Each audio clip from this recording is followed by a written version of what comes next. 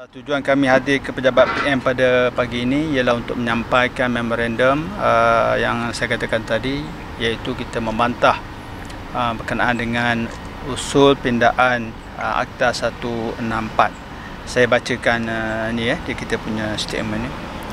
Kami Sekretariat Umat yang mewakili lebih 500 NGO Islam dan Melayu bersama konsensus seluruh ahli dan ahli bersekutu ingin membawa kepada perhatian Yang Amat Berhormat Perdana Menteri berkenaan tuntutan pihak kami berkenaan cadangan pindahan Akta 164 di Parlimen.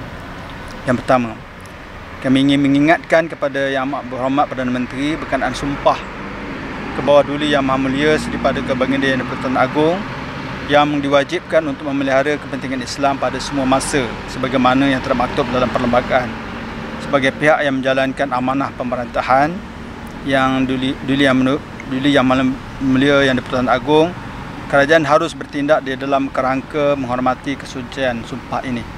Yang kedua, menegaskan bahawa cadangan meminda Akta memperbarui Undang-Undang Perkahwinan dan Perceraian 1976 atau lebih dikenali dengan Akta 164 adalah bertentangan dengan Perlembagaan Persekutuan. Nombor tiga, menegaskan bahawa isu agama anak bawah 18 tahun mempunyai perbezaan dengan isu hak penjagaan anak. Nombor empat, menuntut kerajaan mengambil kira Ordinan Undang-Undang Pentadbiran Agama Islam Selangor 1952, iaitu apabila seseorang itu memeluk agama Islam, anak mu'allaf tersebut secara automatik akan beragama Islam. Namun kini undang-undang baru ingin diperkenalkan memerlukan kedua-dua belah pihak. Sekarang ni satu pihak saja, tapi dengan perubahan ini memerlukan kebenaran dua-dua belah pihak. Oleh itu kami menuntut kerajaan mengambil kira ketetapan persidangan penyelarasan Undang-Undang Syarak Siwal kali ke-19 yang dianjurkan oleh JAKIM yang sebelah suara memutuskan antara lain iaitu mana-mana pasangan bukan Islam yang memeluk Islam dan mempunyai anak-anak di bawah umur 18 tahun hendaklah menjadi orang Islam selaras dengan hukum syarak. Kita juga ingin mengingatkan kepada pihak kerajaan bahawa cadangan pindaan tersebut akan memberi kesan kepada kes-kes berlalu yang masih belum diputuskan. Mana retrospektif dia punya impact.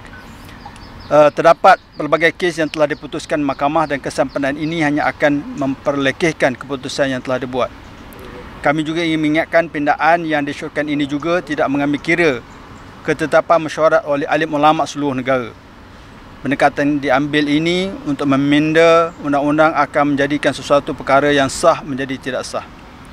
Sekretariat Umat akan sentiasa memantau dan menggerakkan usaha bagi memastikan semua bentuk agenda yang melibatkan kepentingan Islam dalam perlembagaan akan terus dipelihara dan dihormati oleh semua pihak. So itu kenyataan kita lah.